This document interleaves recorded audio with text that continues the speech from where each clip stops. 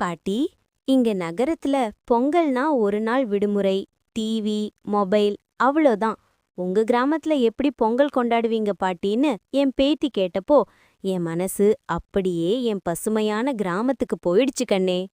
போகி நாள்ல காலையிலேயே எழுந்து பழைய பொருட்களை எல்லாம் போகி நெருப்புல போட்டு பழைய துக்கமெல்லாம் போகட்டும்னு மனசு நிறைய பிரார்த்திப்போம். அடுத்த நாள் தைப்பொங்கல்.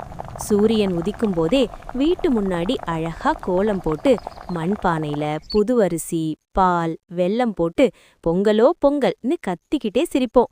சூரியனுக்கு நன்றி சொல்லி கரும்பு, வாழைப்பழம், பொங்கல் எல்லாம் பகிர்ந்துக்குவோம். மாட்டு பொங்கல் நாள்ல நம்ம உயிருக்கு உயிரான மாடுகளை குளிப்பாட்டி கொம்புக்கு வண்ணம் பூசி மாலை போட்டு நீங்க இல்லாம நாங்க இல்லைன்னு நெஞ்சார நன்றி சொல்லுவோம். கடைசி நாள் காணும் பொங்கல். உறவுகள், நண்பர்கள் எல்லாரும் கூடி சிரிப்பு, விளையாட்டு, அன்பு, மனசு முழுக்க சந்தோஷம்தான். அப்புறம்தான் கண்ணே நம்ம ஊரின் பெருமை ஜல்லிக்கட்டு.